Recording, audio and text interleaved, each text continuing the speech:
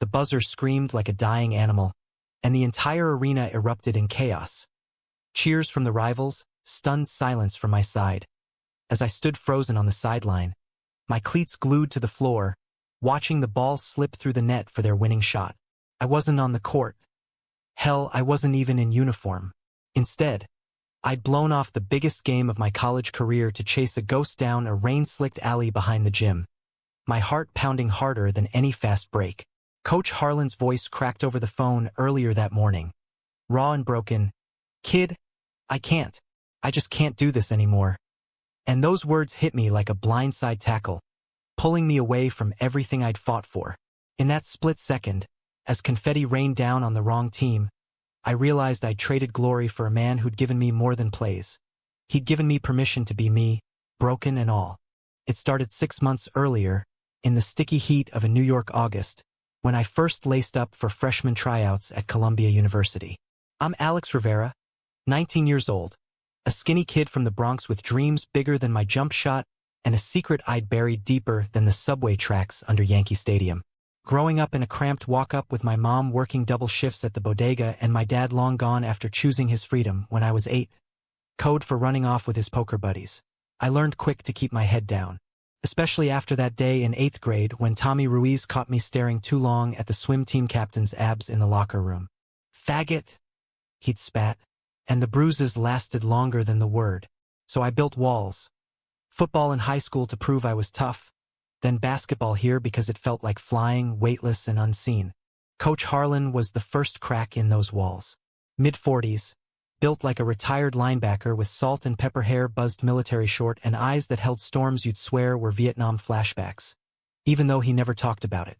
He was a vet, sure, Gulf War, 2 tours, Purple Heart pinned under his whistle like a secret shame. But on the court, he was fire. Barking drills that turned ragtag recruits into a unit. His voice gravelly from years of shouting over rotors and gunfire. "Rivera, you move like you're scared of the ball. Hug it like it's your goddamn lover," he'd roar, and I'd flush, not just from the sprint, but because damn if that didn't hit too close. We clicked from day one, after tryouts when I made the roster by a hair, sinking a desperation 3 that kissed the rim like a promise.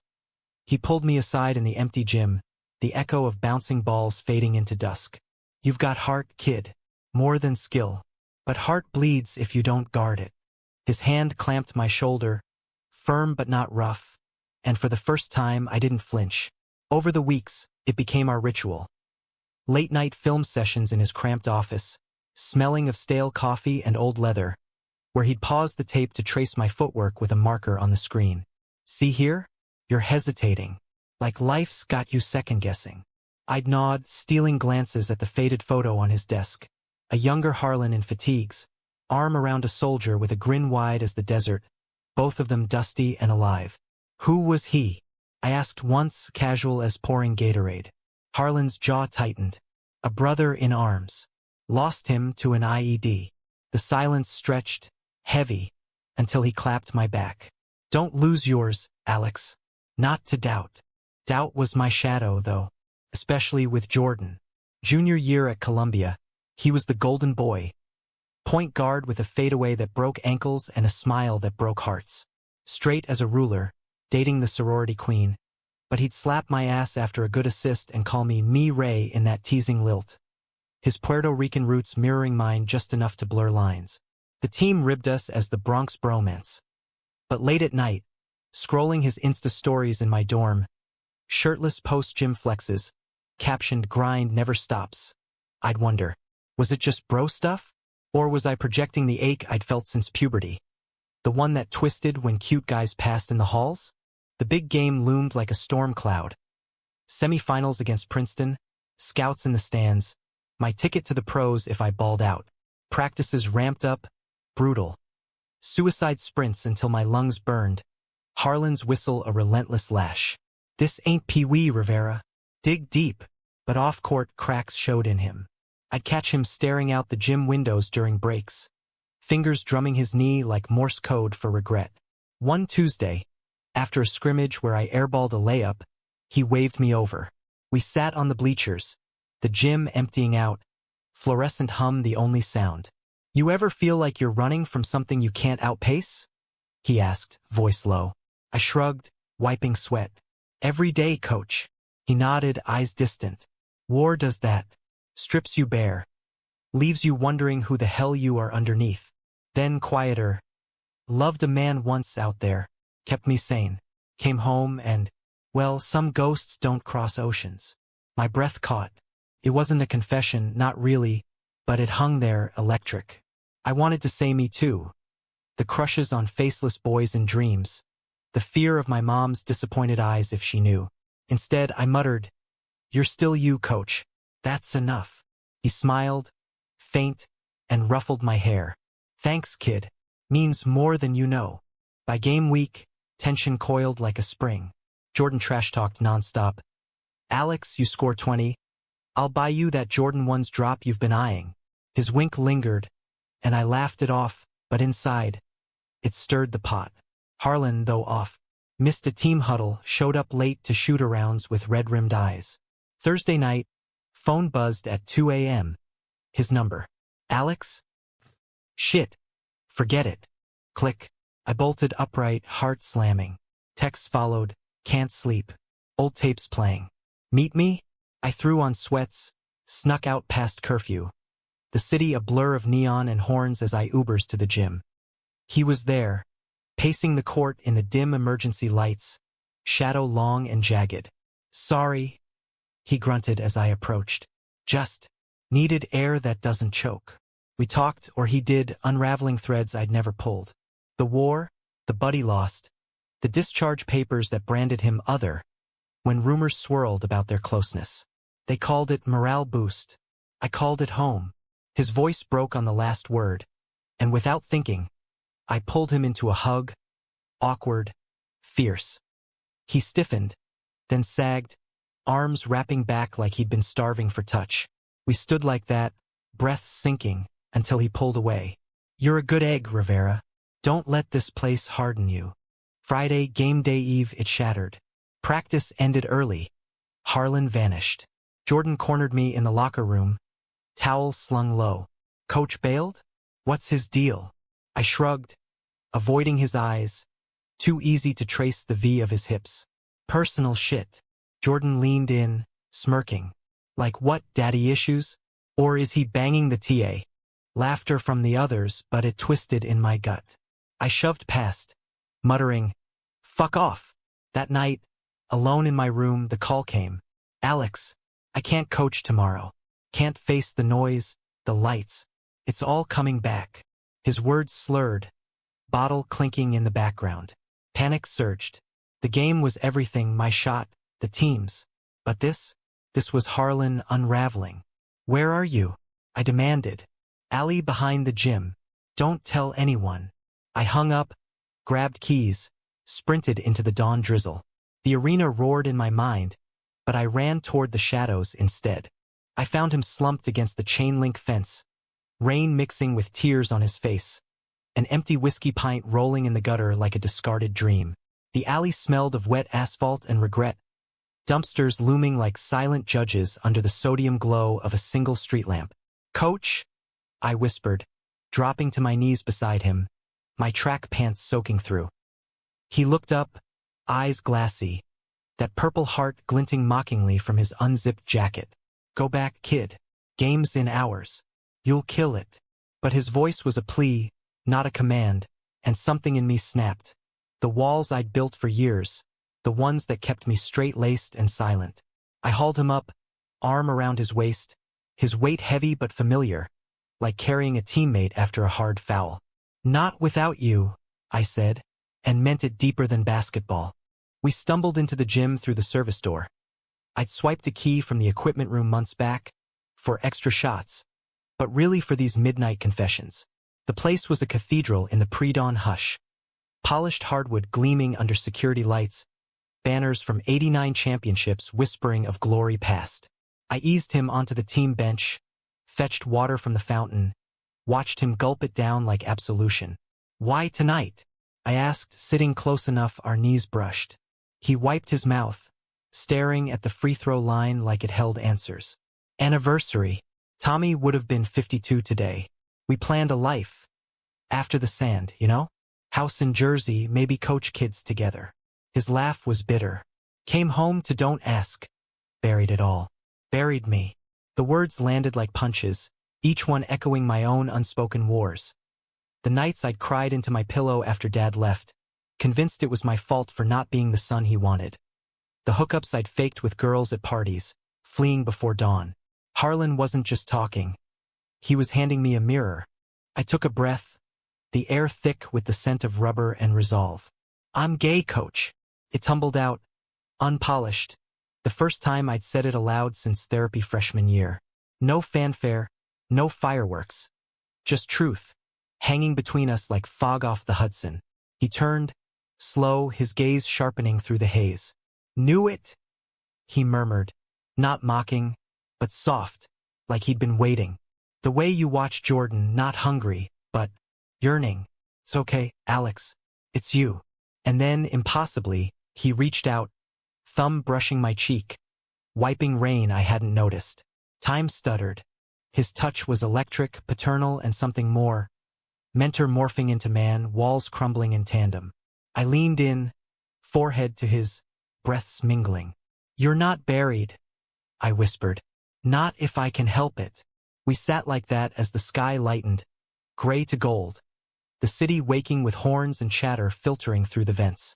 No kisses, no rush, just presence. A quiet revolution. By 7 a.m., he'd steadied enough for coffee from the vending machine, black and bitter as our secrets. I texted the team a vague family emergency. Ignore Jordan's barrage of WTF dude? Pings. Harlan insisted I suit up. Go win it for us. But I waved him off. We're a team, remember? On and off. He chuckled, weak but real, and we spent the morning in his office. Him sketching old plays on a napkin to ground himself. Me sharing stories of Bronx stoops and fire hydrant summers. The ones that shaped my drive. Mom says heart's the only muscle that doesn't quit. I told him, and he nodded, tracing the napkin lines like scars. Smart woman. Mine quit years ago. But in his eyes, a spark reignited, faint, but there. The arena was a madhouse by tip-off. 5,000 strong, Columbia blue chanting over Princeton orange, scouts' notepads at the ready. I watched from the tunnel shadows, phone glued to updates. Halftime, down 8. Third quarter, Jordan's 15 points keeping us alive. Harlan paced beside me, sober now, gripping the railing like it was a foxhole. Should have been you out there, he muttered. My call. I shook my head. Your life's the game worth missing. Then the fourth. A steal, fast break, Jordan's voice booming over the PA as he dunked. Up by 2, 30 seconds left. The crowd surged, but so did Harlan's color draining. Too loud, he gasped, hand to his chest. Like incoming. Panic flashed. I grabbed his arm. Breathe. In for 4, out for 4. He followed, ragged, until the final buzzer we lost by 3. Groans echoed, but in that tunnel, victory tasted different. His hand squeezing mine, a silent thank you. Post-game, the team filed out, Jordan spotting me last, fury in his stride. You ghosted us, man. For what? Your side hustle. His eyes flicked to Harlan, piecing it. Oh, this. The word dripped venom, and the locker room tensed, towels snapping, murmurs rising. Harlan stepped forward, voice steady. Back off, Hale. Alex chose family. Jordan's laugh was sharp. Family? That's cute. But we all know what this looks like. He jerked his chin at us, implication clear. The vet and the kid, too close, too queer. My stomach dropped, betrayal's first sting, from the guy I'd half-loved in silence. It's not. I started, but Jordan cut me. Save it. You're benched in my book. He stormed out, door slamming like judgment. We cleaned up in silence, the gym emptying to echoes. Harlan clapped my shoulder. He'll cool. Kids are dumb. But doubt gnawed. Whispers would spread. Scouts hearing drama. As we locked up, his phone buzzed. A text from an old army buddy. Heard you're coaching. Proud, man. Miss Tommy with you. Harlan's face softened. Wanna grab diner food? My treat. I grinned. First real one all day. Only if it's greasy. We hit the all-night spot on Amsterdam. Booths sticky with history, ordering stacks of pancakes drowned in syrup. Over coffee refills, stories flowed. His first stateside bar fight defending a drag queen in '95. My hidden notebook of poems about boys who looked like freedom. Laughter mixed with ache. Romance budding not in fireworks but embers. Slow, sustaining. That fragile piece shattered 2 days later. Rehearsals for the consolation game, Jim buzzing with post-loss grit. Jordan avoided me, but the team chattered. Heard Rivera ditched for the old man. Snickers, sidelong glances. Harlan ran drills like nothing, but I caught his flinch at every fairy tale joke. Mid-afternoon, as I drained threes, the lights flickered. Power surge? No. Alarms blared. Red strobes pulsing like heart attacks. Active shooter. The PA crackled, voice mechanical. Lockdown. Barricade doors. Chaos erupted. Screams, scrambling bodies, the world narrowing to instinct. I dove behind the scorer's table, Harlan yanking me down beside him, his body a shield. Stay low, he hissed, eyes scanning shadows. Outside, sirens wailed. NYPD chatter on scanners we'd glimpsed in drills. But inside, terror reigned. Jordan's face flashed in my mind, his betrayal a petty ghost against this abyss. Harlan's hand found mine under the table, grip iron. We're getting out, he whispered. Together, in that locked cage of wood and fear, bonds forged in fire and secrets, on the brink of burning free. The gym transformed into a tomb in seconds, the once vibrant court now a maze of overturned benches and scattered cones. Shadows twisting under the emergency reds like blood on snow. My pulse thundered in my ears, drowning the distant pops. Gunfire? Or car backfires in the panic outside? Harlan pressed against the wall beside me, his breath steady despite the tremor in his clasped hand. Breathe with me, Alex, he murmured, voice a lifeline from his war days, pulling me back from the edge where visions of Mom's face, Jordan's sneer, my unplayed dreams swirled. We'd barricaded the double doors with the padded goal standards, but the side entrance to the weight room gaped, unguarded, a vulnerability screaming invitation. We can't stay here, I whispered, peeking over the table. Teammates huddled in clusters. Freshmen whimpering in the corner, upperclassmen like Marcus barking hushed orders, phones dead from signal jam. No Jordan, had he made the haul? The thought knifed me, guilt and rage twisting. Sirens swelled, a symphony of salvation and dread. But the shooter, whoever the hell they were, some disgruntled ex-student or ghost from the headlines, had picked the worst spot. Morningside Heights, midday bustle masking madness. Columbia's protocols kicked in late. Campus alerts buzzed on smartwatches, shelter in place. Await SWAT, but waiting felt like surrender.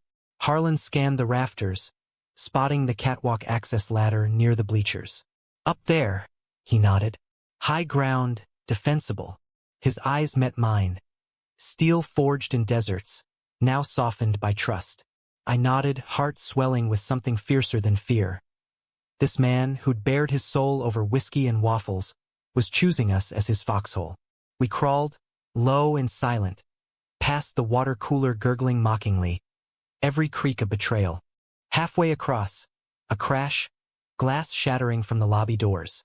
Footsteps, heavy boots on tile, echoing like Judgment Day. Clear! A voice bellowed. Not cop, gruff, unhinged. My stomach lurched. Marcus, spotting us, waved frantically from his huddle. Rivera, coach, over here. But his yell boomed, a beacon. A shadow loomed in the doorway, silhouette broad against the light. Rifle slung low, face obscured by a ski mask, eyes wild with whatever demons drove this. Time fractured. Harlan shoved me forward. Go! Lunging instead toward a loose basketball rack, toppling it with a clatter that drew the intruder's gaze. Down! I yelled, but too late. The crack of shots, deafening, splintering wood inches from his boot. He dove, rolling like in his stories, grabbing a metal chair as improvised shield. I scrambled up the ladder, legs jelly, screaming his name. From the catwalk, 30 feet up, a precarious perch of steel beams and forgotten nets, I had the lay. Shooter advancing, team scattering like roaches, 2 down already, moaning from grazes. Harlan, cornered near the baseline, hurled the chair, wild, desperate, clipping the guy's arm. The rifle swung. Another pop, and Harlan grunted, blood blooming on his thigh. No! The word tore from me, raw, pulling me back down the rungs, slick with sweat. The shooter advanced, kicking debris, muttering, "You think walls protect you? Nothing does." His voice cracked. Young, accented, maybe a kid from the projects, radicalized by online poison or personal hell. I dropped the last 10 feet, landing in a crouch, snatching a loose dumbbell from the floor. 20 pounds of iron, my Hail Mary. "Coach!" I roared, charging like a bull, adrenaline erasing doubt. He looked up, pain etching lines deeper than years, but nodded, "Go." The dumbbell connected with the shooter's wrist, a sickening crunch, rifle clattering free. We grappled, a blur of fists and curses, his mask slipping to reveal acne-scarred cheeks, eyes wide with shock. "You don't get it," he snarled, knee to my gut. Air exploded from my lungs, but Harlan was there, limping, feral. Tackling him low, army hold pinning arms. "It's over, son," Harlan gasped, blood pooling, but his voice carried command. "Drop it." The kid bucked, but I recovered, zip-tying his wrists with hurdle bands from the track rack. Improvised, but it held. Sirens peaked. Doors burst inward. SWAT in black, barking clear. "Hands up." Medics swarmed, hauling Harlan onto a stretcher, his hand finding mine amid the frenzy. "Did good, kid," he rasped, tourniquet biting his leg. Jordan emerged from a closet alcove, pale, untouched. Cowardice or smarts? His eyes met mine, apology flickering, but I turned away, tethering to Harlan's pulse. Campus lockdown for hours. Statements, tears, the shooter, Jamal, 22, radicalized online, targeting symbols of elite lies. Cuffed and gone. News vans clogged Broadway by dusk, headlines screaming, "Hero coach, students save dozen." But in the ER waiting room, fluorescent harsh, glory felt hollow. Mom arrived, hugging fierce, "My brave boy," unaware of the deeper currents. Jordan texted, "Sorry, man. Scared shitless. Oh, you. Delete." Harlan pulled through surgery. Bullet grazed femur, no artery hit. Waking groggy in a room smelling of antiseptic and wilted flowers. I sat vigil, dozing in the vinyl chair, dreams tangled with what-ifs. His stir woke me. "Alex," he croaked, for dripping steady. I leaned in, taking his hand, calloused, warm. "Rest." But he tugged me closer, voice a whisper. "That night in the alley, you saved more than the game."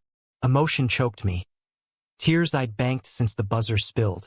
"You showed me how," I admitted, "to choose real over pretend." Silence bloomed, then his free hand cupped my jaw, thumb tracing as before. But now, intent clear, romantic under the hospital hum. Our lips met, soft, exploratory. A kiss tasting of salt and second chances. No rush, just soul sinking. It was our coming out, private and profound, the world outside fading to irrelevance. Recovery blurred. PT sessions where I'd spot him on the parallel bars, our touches lingering. Team visits, Jordan's awkward olive branch. "You're a beast, Rivera," and "Whatever with coach, it's cool," hinting at growth or damage control. Betrayal lingered, though, whispers of favoritism in the athletic department. A leaked photo from the lockdown, us hand in hand, heroic but intimate, fueling tabloid fodder. Columbia's queer save? Harlan shrugged it off over takeout in his apartment. A cozy walk-up in Harlem, walls lined with jazz vinyls and that desert photo. Let him talk. We're veterans now. Laughter came easier, romance unfolding in quiet rhythms. Walks in Riverside Park, his arm around my waist under twilight bridges. Shared silences where pasts wove without words. But conflict brewed, inevitable as a crossover dribble. Spring playoffs approached, my bench role solidified. Scouts cooled, whispers turning to doubts. Jordan, starting now, pulled me aside post-practice. "Look, Alex, I didn't mean that night. But coach, it's messed up. He's like twice your age. His concern masked judgment, eyes flicking away. And the team? They're saying it's why you bailed. Rage simmered. This from the guy who'd hidden while we fought? Jealous. I shot. He flushed. Nah, worried. For you. But his next words gutted. Told the AD about the photo. Anonymously. Thought it was best. Betrayal round two sharper, personal. I stormed out, fists clenched, the gym's echo mocking my isolation. Confronting Harlan that night, rain lashing his windows like accusations.